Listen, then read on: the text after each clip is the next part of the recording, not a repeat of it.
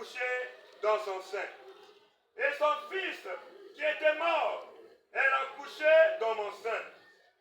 Le matin, je me suis levé pour allaiter mon fils.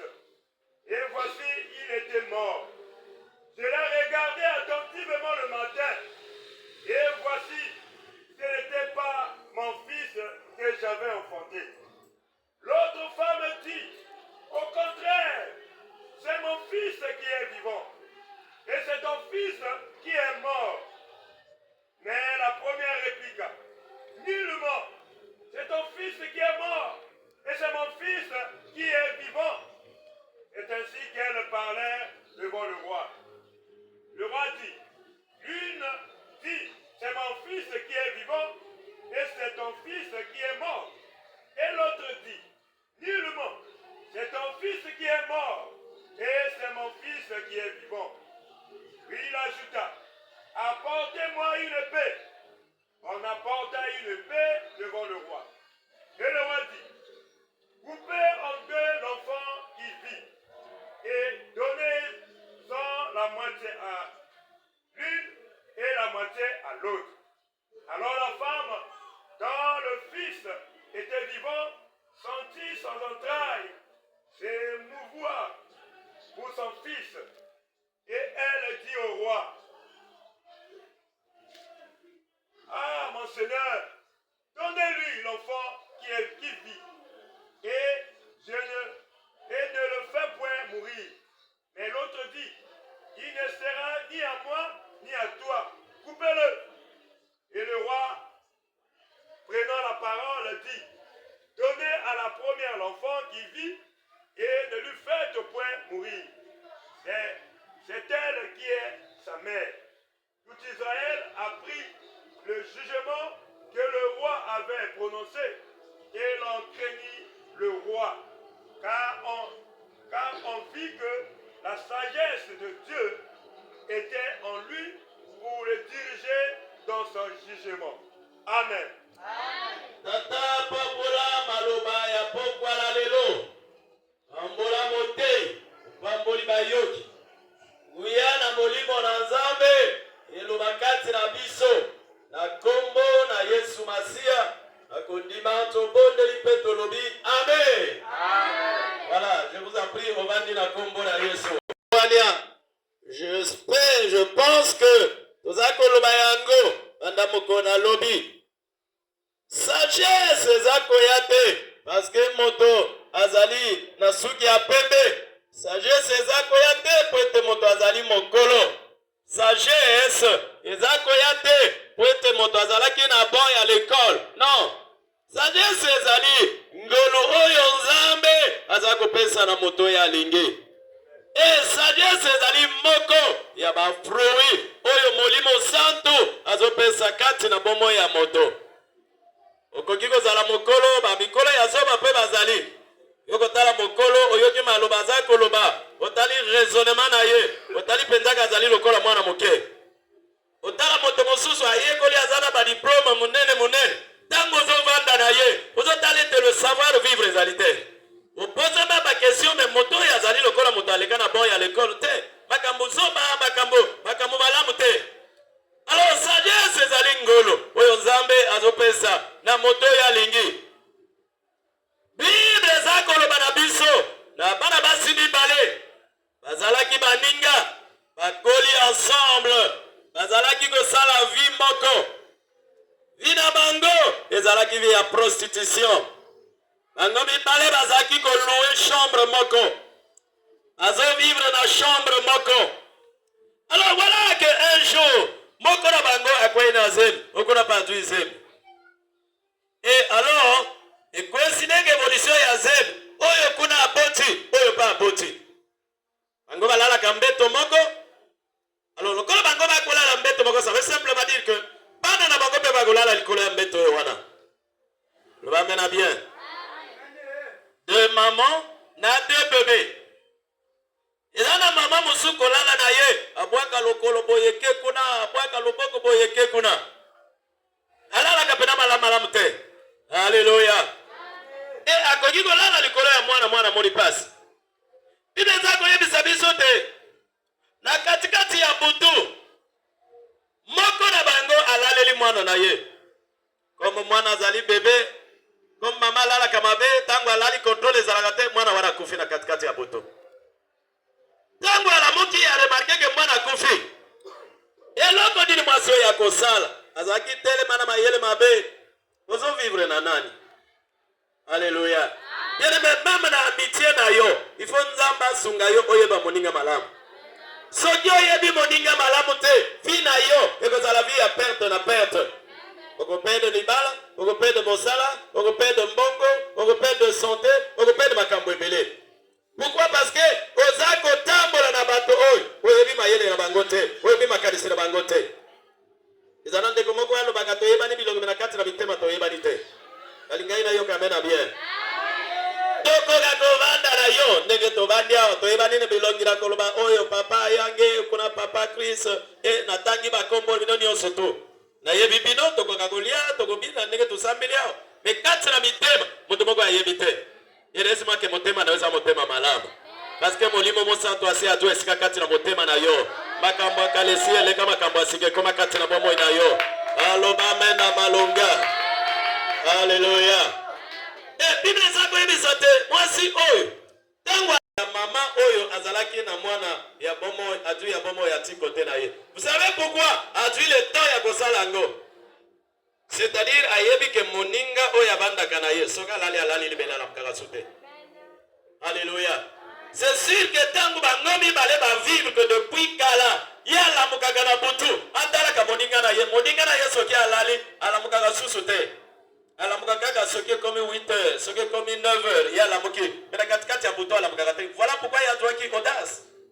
Parce que soki ye baka ke moninga na ye ala muka kana butu. Kati kwa kolongola mwana te, je sais pas. Pongi andenge nini? Mwana azaki na kati ya libele na azaki komelisa ye. Moninga azolongola mwana, mamo ya yebite. Combien de personnes va perdre ma pamboli kakaboy? Combien de personnes? Alléluia. Kozanga prudence, kozanga vigilance. Non, mwana na nzambe phrase à la prudence. Mwana na nzambe phrase à la vigilance. Tambazolo banabiso kokola, c'est-à-dire que croître en sagesse. Monter dans la boania, wana poe komisa yo, et pesa yo, et ndenge mususu ya kotambola na kati la vie. Mama ya zalaki na yele mazalaki na boania te. Alléluia. Elle était très intelligente, mais elle zalaki sage te. Voilà pourquoi tango ya boti facilement bazui et mwana. Et ça qu'à se rendre compte. Bible lobina biso alani ti tongo etani. Babotoli et mwana. Alléluia. Oyebi mokolo moko. Tata moko azalaki na poulailler. Akati ya poulailler na ye wana tongo moko etani aye na poulailler. Ayi komona tala boye. F en or. Maki moko, mais ezaki en or. Azui yango. Alors bien, on a pas mbolami. Ake kote ka zui 1 million. Ese na zolo bana mutu moko. Ateki azui 1 million. Akomi ne mbongo ebele. Makambo échanger, akomoso mabituka, akomoto ngabanda. Une semaine plus tard, aye lisusu. Ayi komona, soso yango akitizi susu. Maki moko en or. Azui yango. Ateki yango, akomi ne mbongo ebele. Abandi kaka sui mokolo moko alobia ngana ligina tonga na somba avion asomba babiloko binene binene bele soki na zeli kaka soso oyo ndeka bibisaka maki moko no pona koma multimilliardaire na ko umela ifona bo makaka soso angona bibisa maki ni soto ya or zakati na libumu na ye comme ça na koma riche kaka mbala moko soko lo ba mena bien akepe na poulailler akangi soso soso akimi apumbuki ano yaka ozali soso na ngai otondisi ba maka nord na kati na libumu na yo ozo sala ngana na pambola mambango te yaka akangi soso akati moto apasoli na libumu soso ata eloko te. Alléluia. Ezani des amoto eza très intelligent mais eza na sagesse te. Mayele lekitele make mayele zotalisa ye soso lokola azobota maki soko bomiye ba maki yango eza na kati na libumu abosani teke eyaka koya ekoya moke ekoli tango nango ekokoka ebimi me ayebaki te omoni ndenge mayele salaka mais moto ya aza na sagesse ya nsima ye akobomba lokola tozana asalaka chaque semaine akimisa maki moko na tui na garde yango Deuxième semaine, à Dieu n'a gardé. Troisième semaine, à Dieu n'a gardé. Et à la fin du mois, on a peut-être 4 tables, on a quand même été millionnaire. Mais intelligence, et la kisaga moto lelon a lobby. Intelligence, et la kisaga moto mikolo koyate. Mais moto yazali sage. Moto yazali sage. Moto yazali na boania. Eza moto ya mona kamusika. Et pas moto yazali sage à mona kabatonio soba mona kate. Alléluia. Yangwana yoko mona moto mosusu andimi ezalo kola na loba nini lokola bato ndenge yo ndimi kosambela kati na église parce que ozali sage oyebi que église ezali parmi ba grandes églises ya quartier oyo église ezali parmi ba église bato bakopambola bakopesa ba témoignage na kati na quartier oyo yo aussi odi déjà esika est-ce que vous m'amènez bien yo aussi odi déjà esika bato bakoya sima tango bakoya yo zali na kati na pamboli wana okopesa nga raison. Alléluia. Pasteur, vous allez na raison. Talandenge na komi. Alléluia. Nzembo ya talandenge na komange pungebu. Batba goye bango pona yo. Oh, yo zali awa. Kana zo gamen na yote. Pesa gamen na malonga. Alléluia. Et papa ya père, pourquoi? Il était très intelligent. Mais azalaki na sagesse azalaki na moya mike. Sagesse na ye kolate. Akoli na âge mais sagesse na ye ezaki na bomwana. Alléluia. Basi bibale oyo. Tongo tango etali mwasi wana atourner alobi. Avandi sui. Tango tomboli mwana oyo akufi alobi. Ali mwana na ngai te. La Bible dit que atali mwana ngo attentivement. Ya yo moko kokobosa na ngote. Alléluia. Okita mususu okotambola na nzela papa peut-être abotaka soki pe wape soki pe makamuni de salabaka otambola kotani na moto moko sentir que makila na nzoto na iningani. Alléluia. Ou bien okoma ka place moko sentir que mouvement ko sala tu sens que makila na yo ezo pesa information que moto oyo bozana lien na ye. Alléluia. Maman ya bandi sui atali mwana wana attentivement. Abandi ko tala lobi mais kwaza mwana na ngate. C'est vrai que bébé ni osu bakokani na oyo kona na oyo oyo azali angai te. Soko yebi ko identifier li pamboli na yote. O kondane nzambe pamba. Nzambe akosa te nzambe apesa ka soki apesi yo akopotola yango te. Soki apesi yo kobanda libela pona yo. Maintenant soki yo moko ozalaka prudente, vigilante. Bien aimé ko sambela longoli prudence yo kanga malamu. Ko sambela lingi ko lobate ko ozala vigilante. Ko sambela lingi ko lobate ko ozala prudente. Olobi na ngamba na bien. Ceux qui ont bien balobi attention to moni lion kona. Outi église. Alléluia. Yoko sani lokola na outi église na ke bon nzambe ako kanda lion wana, c'est ça? Non? Soko ke lion ko pasola yo. Oloba nzamba sala ka te lokota, nzambe asala. C'est toi qui n'es pas prudente. Alléluia. Ezana oyo nzambe ako intervenir. Oyo ko sala ya surprise au Satan na ngote okuta liboso na ngo. Nzamba intervenir. Mais là où tu es avisé, ezali kamona nzambe te ezali kamona yo. Maman oyo bandi sui atali na bokia bideo satali mwana lobi non, cet enfant là ne m'appartient pas oyo za mwana na ngai te. Alobi na muninga na ya lobi pesanga mwana na ngai oyo azali ya yo. Kana to ya ngai. Muninga wana monoko akota l'école, on dirait qu'il y a un diplôme à mon nom. Il y a même la licence. On va mener bien. Amen. Moninga koloba ya sa matikule atire même attention ba mais nini kuna. Ba ya betala ya ajumana na ngai. Atitete kuna mwana na yalo. Et déclencher ba to bazalaki ko yana bazalaki tellement très intelligent. Très intelligent. Ndeko, soki obengi bato bazama yele pona ba bongi solo likambo. Yeba ko perdre. On va mener bien. Bato bazali mayele mingi. Soki obengi bango, pona ko bongiselo likambo, okoped. Il faut yobenga tango to sala kalibala babenga ka banani. Anzonti batwele, c'est ça non? Alléluia. Babengi bango d'une autre manière, c'est ça, c'est la sagesse non? Et à bongote.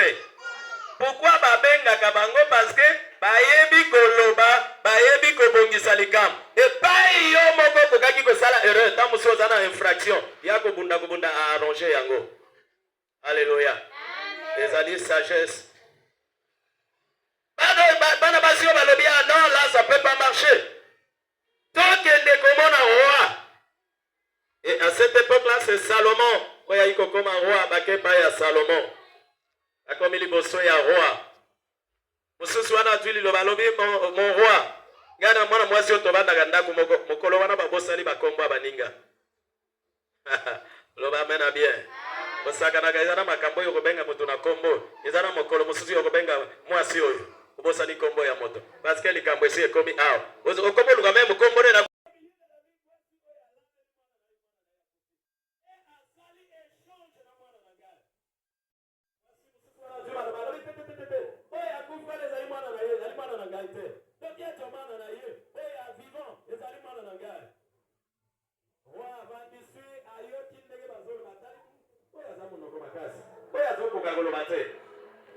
et il fallait intelligence et ça la terre. Il fallait sagesse et ça. Alléluia. Croissance et sagesse la carte à Salomon et confirmer trône na ye. Et ça l'était avant de savoir malamu ikolo na trône na ye. Et ça la kama ye le fait. Papa na ye David azala kama ye le koleka. Mais Salomon azala ki na sagesse a koleka. Alléluia. Bible soyez de savoir ce que tango roi avandi si atali bango alobi ok alingina ede bino ozo abana ngobi bale bocha bango likolo na mbeto awa alobi na bagarde boto machete boya nango tozo kabola moto na moto akozwa parti na ye akokenda ye alobi obananana oyo aza vivant oyo aza kufi okende okunda ye mais oyo aza vivant bopasola ye en deux opasoli atoka parti moko eleka te faut partir de ce que ezala edo okaboli ye bozwi mwasi ezala misopo na kati nyonso bokokabola yango ndenge moko moko aleka ata na kude moko te alors garde atu machete ayi nango ntango garde ayi na machete atomboli machete ayayayaya mama okuna oyo mwana azalaki vivant bible eza koloba bazentraille na ye eningane asortir nzoto eningane alobi non oboma mwana oyo te bozwa mwana bopesa yake nde bobokola ye mwana oyo azwa kaka ye roi avandi kaka sui alobi voilà mama na mwana oyo ezali mama oyo parce que ayoki mawa andimi te mwana oyo akufa na miso na ye alo bozwa mwana bopesa ye la bible nous dit ceci likambo epanzali sango sango epanzali eke partout bato baye baya komona Salomon yenene oyebi moto aza sage apambola maka kasi nakoloba na likambo ya banzonde na bato elato baliaka bien soki oye kote libala ekosale okovanda omeli kaka oleme ye akolia mpe akomela ntango akokende poshe na ye kozala garni nini etondisi poshe na ye eyali sagesse oyo ayekoli alleluya or sagesse oyo biso tozoloba eza plus que sagesse ya bato ele sagesse na yo ekotongela yo makambo ya bien sagesse na yo ekofungola makambo ya bien sagesse ekofungola porte ekangama sagesse ekotongola na esika yo kona kokota te sagesse ekofungolela yo mama porte moko porte ekofungama yo kokota olobi amen na bien alobanga amen ya bana kitele mapambolama alleluya croître en sagesse kokola kati na bwanya kokola kati na bwanya ezali maloba pamba te etalomaka na misala sagesse ezali parceke moto ayebi koloba te non sagesse ezali te parceke moto avandaka kimia non sagesse eyali ndenge ya koresoudre baproblème moto oyo azali sage meme na ndako na ye ayebaka kotonga ndako na ye ayebaka kobongisa likambo ya bana meme na kati na église moto oyo azali sage oyo azali kocroître en sagesse bien-aimé ayebi kotala akomona ndako na nzambe lokola na ye na ndako na nzambe awa nzambe babali ye nani te ana besoin paster abenga ete mpona aloba ya kobala église alleluya soki amoni bakiti ezali sale te aza na besoin baloba te mama x o y ya kosuye non un sage ayebi ke mapamboli na ndako na nzambe bato bakango kaka boye ya kosala ndenge nini adui a essuyer alléluia c'est lui qui croit moto oyo sagesse eza komema na dimension ya croissance moto oyo azokola azali différent na bato nyonso to ete sikoyo tuna nani azwa lipamboli lokola Salomo na Israel aza te alléluia ata na moto moko akoma na dimension wana azala te pourquoi parce que na ye d'abord il y avait l'esprit supérieur lokola ezala na Daniel na baninga na ye tout le 3 Meshach, Abednego et Shadrach. Ils avaient l'esprit supérieur. Et cet esprit supérieur, l'esprit de sagesse de haut niveau, et résoudre le problème du roi. Alors le roi, entouré dans Batunaye, il était entouré dans magicien, mais ils n'ont pas eu le temps ce jour-là. Mais il fallait aller à la haute sagesse. La haute sagesse est Zoya Namakanisi Nabato, Tango Zambe, Yemo Bazosal. Bien aimé, Nazo Bonde, les pains que Molimo Santo Azala Monigana Kachamoinayo. Molimo Santo Arene Katamoinayo. Ce n'est que le Saint-Esprit qui peut t'aider. Oui, à Kokoli sa sagesse Nayo. Le m'amène à bien. La Bible le dit encore. La femme sage fait quoi? Détruit sa maison. Comment? Non, la femme sage casse sa maison. Ah, vous dites toujours bâtir sa maison. La femme sage chasse ses enfants de la maison. La femme sage bâtit sa maison. Pourquoi on parle de la femme sage? Pourquoi on dit que la femme bâtit sa maison? Pourquoi on parle de Boania? Parce que Boania est allé forme moko ya Gotonga. Est allé mailler le pèse Sakamoto Makoki à Tonga. Tu bâtis ta maison, oui, que Aouere les alliés corrigés, oui, Aouere les alliés corrigés, et la femme sage aussi bâtit son église, c'est pas seulement sa maison, il bâtit aussi son église, il bâtit aussi l'église de Dieu. Et c'est quelqu'un peut dire amen. Et là, la femme sage, il y a toi, il y a moi aussi, on le dit, oh, pasteur, il y a une femme sage, oui, la carte de l'église, nous allons Mobali Boko, Mobali Angoba Benga Kaye, Yoshua Amashia, et puis nous allons à l'épouse, il y a Zali, époux, Nabiso. Donc nous sommes là avec la sagesse. Il faut récupérer un eau. Pourquoi y aller là? Ils allaient prendre la récupération. Qu'est-ce que tu as perdu? Est-ce qu'ils allaient santé? Est-ce qu'ils allaient diplôme? Est-ce qu'ils allaient kimia? Est-ce qu'ils allaient mbongo? Est-ce qu'ils allaient bala? En tout cas, je ne sais pas. Toi-même, tu sais. Même ceux qui ont bon bine na motema na yo, oyebi motema na yo esika ezali. Oyebi nini motema na yo zoloba. Mais ezana nzambe moko, il y a un Dieu dans le ciel. Nzambe alola wana tala kalikolo ya mutume ayebi makamuni so kana na kati na vina yo. Azalia wa pona likambo na yo pokwa na lelo. Azalia wa afin que yolo banaye. Lokola mwasi soki alandaki moninga. Abia mwana nanga abangi yasiya perdre mwana. Mais comme ye bazalaki na sagesse, c'est ça la sagesse. Tango na moni na za faible na kokoka likambo ete, il faut na kende koluka bato ba ko retrancher biso liloba. Likambo boyo. Alléluia. Soki asalelaki kaka mayele na ye a perdre mwana. Mais atchenini sagesse liboso. Et sagesse wana et la kisi yenzela. C'est lui qui est sage. Asala kabere n'importe comment te. Moto azali sage ayebaka epai nini akocha lokolo. Alléluia. Moto azana sagesse ayebaka kochana likolo na ye na kati na mai te ayebi ke sona tena mai na kozi ndake. Un homme, une personne sage. Même ce gars échoué lelo koseka yete lobieza yaye. Amen. Nagito tele balikolo to monde la Zambie.